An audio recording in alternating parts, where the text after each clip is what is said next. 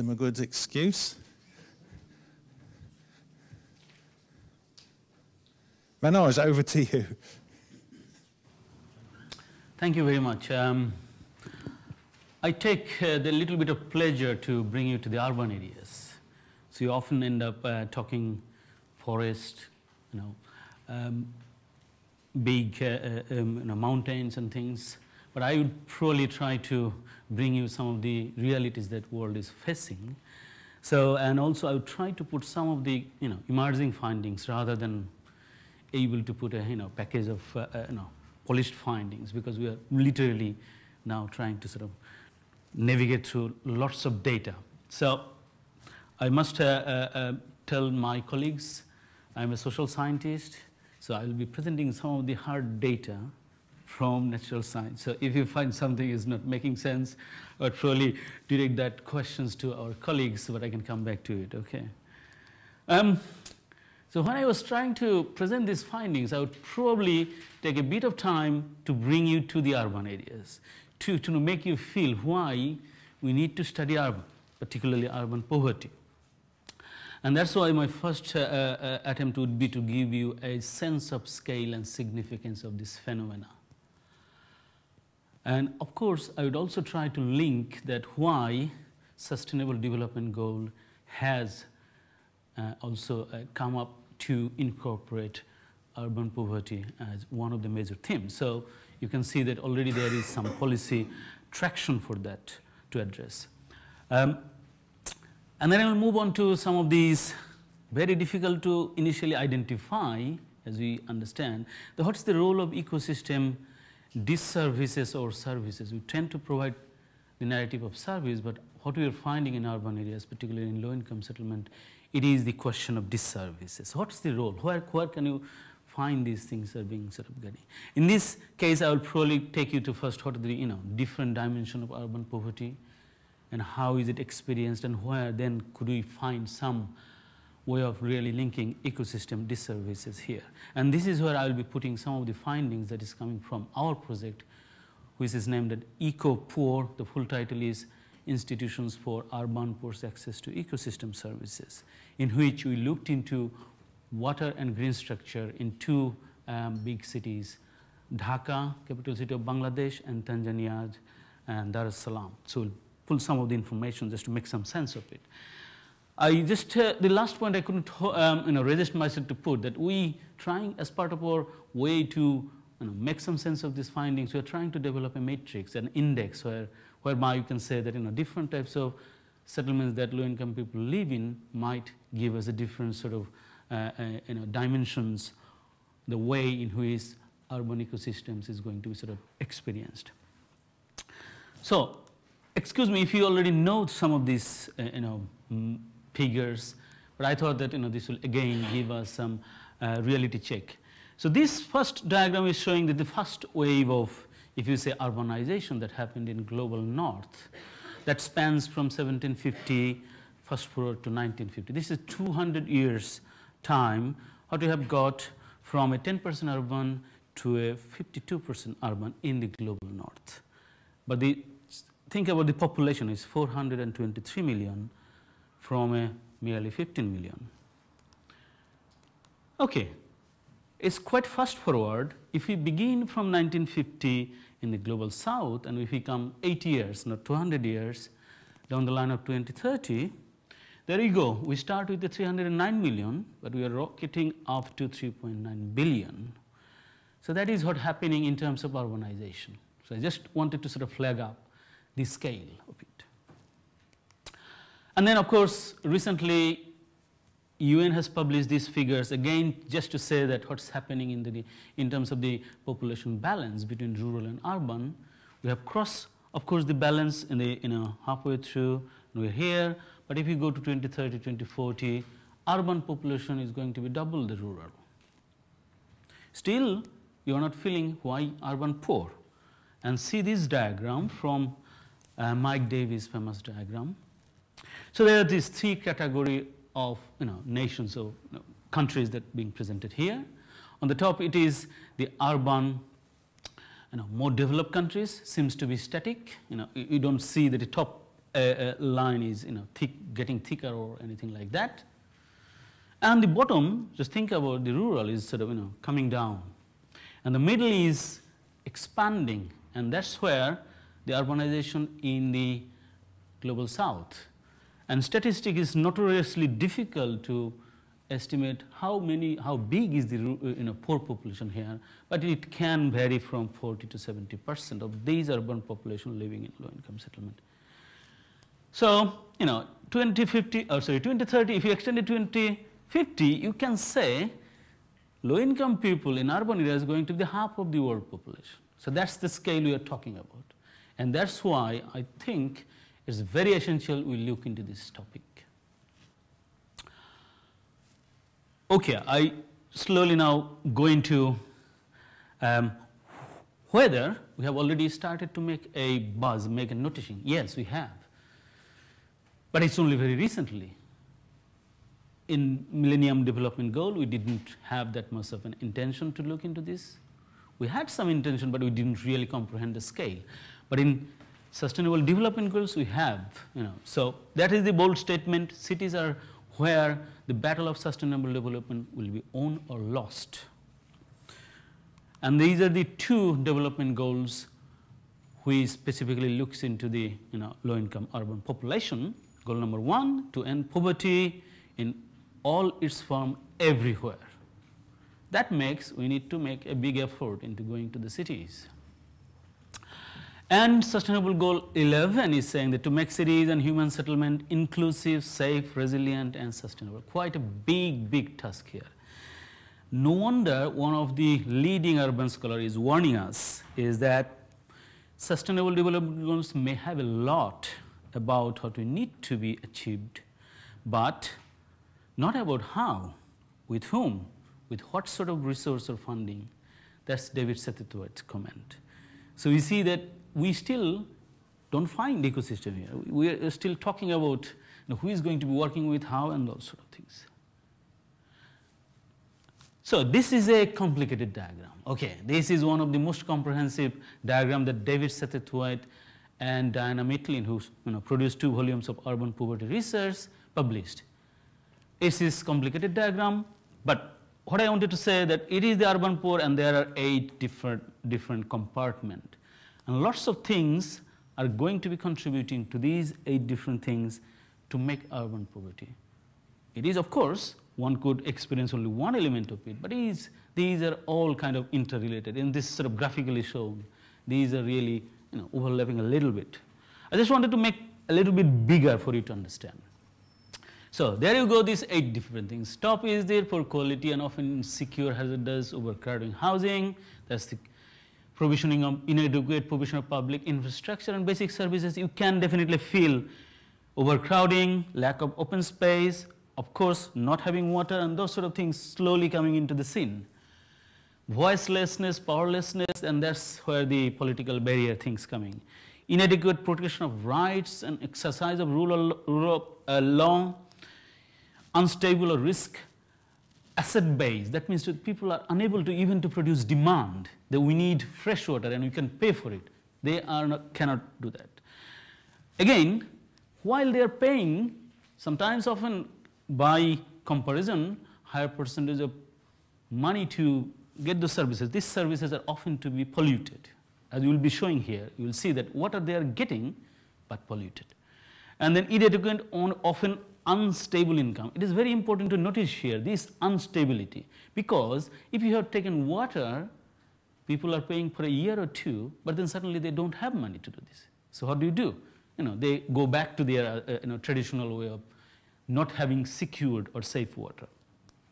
And nobody is really covering their safety net. Safety net or social protection schemes do not go into urban areas. All the governments want to provide the social safety net in rural areas, as if social safety net is given in urban areas, people will flock to the urban more quickly. So that's the negative thing. So this is what we are dealing with. On the one hand, we are facing the prospect of over 50% population living in poor urban settlements. Here is the complexity. Again, on the left, you don't have to see this, you already have seen it. That's the 8 different things. But here I'm sort of trying to tease out slowly to make some sense of where is the implications for the ecosystem services or these services? First, there is a concentration of low cost demand. That means people are only able to pay if it is free or very low cost, and that's the concentration. Inability to raise costly demand, in the sense that there is a lack of people's ability to pay for, safe, costly, or those sort of things. Low availability of services, that means services they require is not available. One reason is that these services are not coming. The second is that there is not a provider who intends to bring those services here. And poor accessibility to available services. Even if there are services water point, people do not have the access.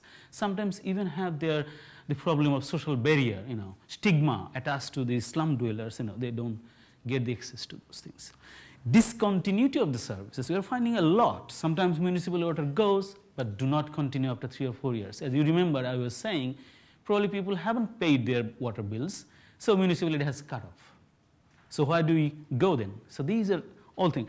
But the most important thing, the last one, is that high risk of disservices, which people do not usually see what is coming. And even if we talk to the people, they have some notion, but really not the hard science.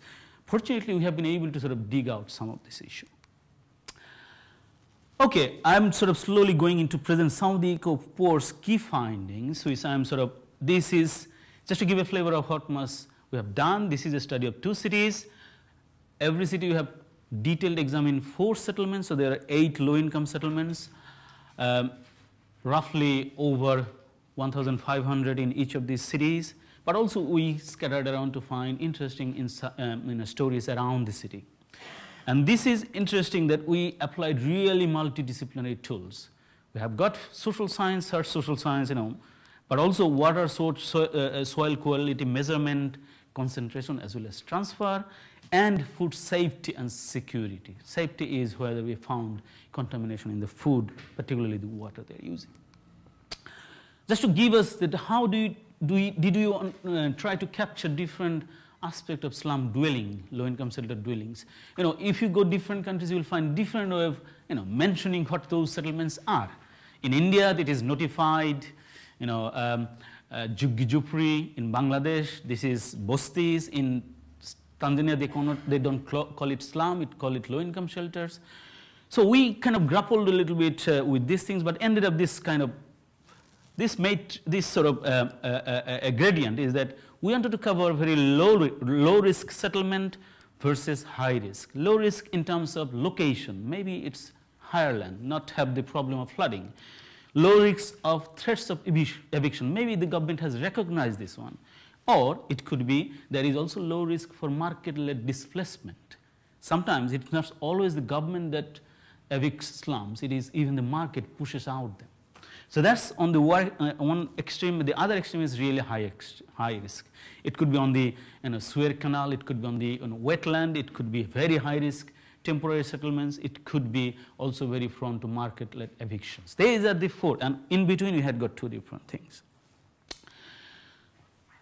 First set of results is again very cluttered, but I would like you to bear that this is a finding from Tanzania of participatory appraisal. We really entered not really asking people, do you have ecosystem services or not? We didn't go that route.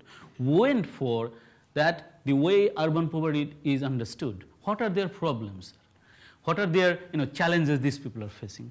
So we came a lot of these things, but I just wanted to highlight that you see that low risk flooding is really down the line. But if you go, then flooding comes to be at the top. Well, I think it's not always the same, safe water comes middle, but it goes down. Perhaps that goes to better water. But then again, blocked channels kind of appears to be the risky area. So you can feel there is a transition of severe disservices on this side. I wanted to present 2 other very key findings that these people who told us what are the problems they are facing is a very significant finding coming. One is that people's exposure to environmental disservices increases in wet season dramatically compared to the dry season. So that means that in wet season, people and environment are connected more directly. So that means they are exposed to the pollution, pathogens more directly.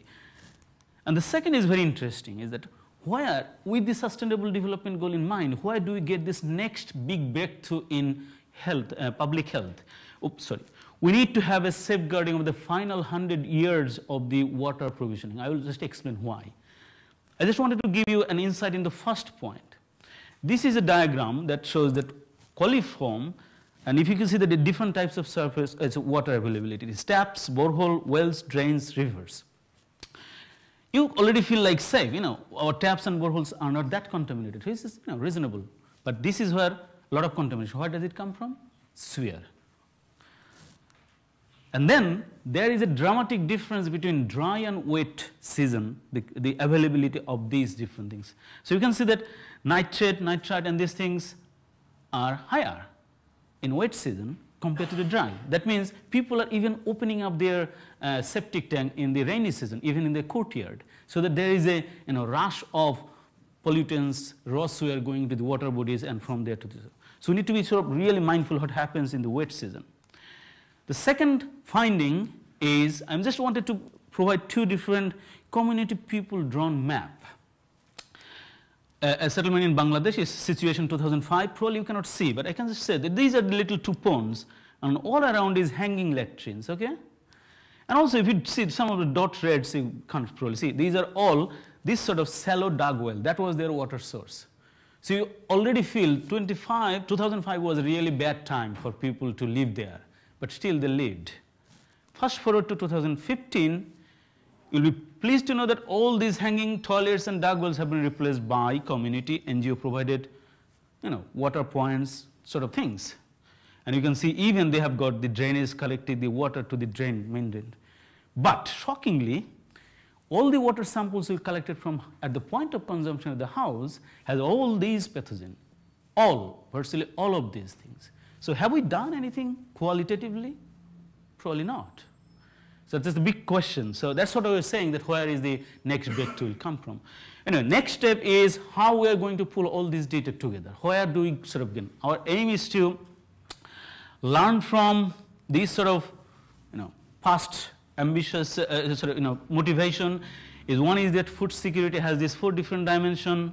Elinor Ostrom, Ian Douglas, they have been talking about the diagnostic approach, polycentric governance, and even Douglas, I like him very much, saying that slum dwellers itself, a slum is not the point of concern. From ecological term, we have to see the whole settlement as a patch, sort of bottom level socio-ecological. Elinor Ostrom has called them as a subsystem. So what we want to get is these 4 different things: ability, quality, accessibility, sustainability of these ecosystem services versus settlements on very low risk to the high risk. That's sort of matrix we're sort of coming to see.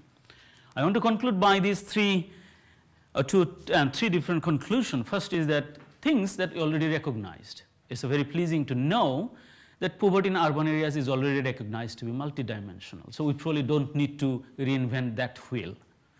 We also know sustainable development goals have given this policy traction. So we have 2030s to look forward.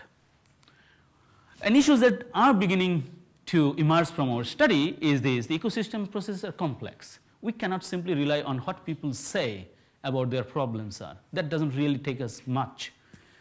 Our study with multidisciplinary tools have come up with these 3 things. One is the tipping point, is that if population is denser, the problem will go beyond a certain capacity of people to fix it. We need massive investments such as big drainage canal, lots of sewage treatment. For example, Dhaka is sort of facing that sort of tipping point, is that people cannot solve this problem. It needs government, it needs World Bank and these sort of things. But Tanzania has a time. It is still low income and the people can still fix. The second is very important, is the how and when people environment linkages are established. That means you need to be mindful about the wet season. And finally, need to safeguard the last 100 years of potable water supply.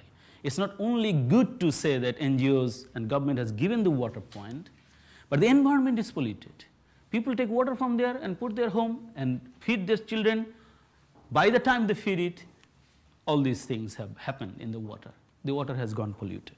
Finally, if we are able to sort of develop that matrix that we wanted to see, we probably can really say what's happening around the landscape of different way of slum dwelling. Thank Thank you. Thanks for your patience.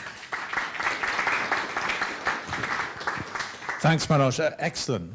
Thanks for illustrating for us the huge size of the urbanisation challenge, and taking apart notions of risk with these more constructive notions of availability, quality, accessibility, etc. of ecosystem services. Very helpful. Now, quick thoughts or comments or questions? Yes. I'll start here. Marijn Schaasma. I have a question about, I was intrigued by the diagram that you showed about the problem of flooding in Dar es Salaam. And I was wondering, A, if you can explain a bit about what the causes of these flood events. And secondly, the fact that there's a flood risk may actually make those areas riskier. So to what extent is flooding related to the actual scale that you're using? That's a very useful comment. I think the flood, we have different types of flooding, pluvial flooding versus fluvial flooding. So Dar es Salaam is an interesting, the example I said, interesting sort of location. It's on a valley. So there is the hilly areas. There are 2 or 3 different rivers coming through this way. And you will be surprised to see the rivers are bigger when it comes and enter into the city, and particularly when it goes to the slum dwellers. So river becomes narrower when it comes to where it should be deeper and wider. So it busts its banks. You can blame that these are informal settlements and people are even encroaching those things. So there is one problem. The second problem is that no one cares about the solid waste that comes with this flood. Solid waste. So you will see that all these rivers are clogged by bottles and sort of things, and so we simply cannot say it is because of these poor people. We can also say that what's happening in the upstream. So flooding is a quite a things. But you're right in the sense that flooding can bring a lot of different problems, which is true. But who is responsible for example, looking after the sewer that is generated in the city? These settlements are not served by the sewage system. To be worst is that all these big, you can say that trunk sewer abruptly opens up in the river, where this river goes into the slum settlement. That means to say that slum not only are kind of having exposed to their own shit, they are also getting the shit coming from the wealthy areas. So I appreciate the concern, but we shouldn't really be looking in the micro. We have to see as a citywide phenomena. And how do you share these burdens? Thanks. John? So thank you. Now, I'm concerned, especially the case of Dakar.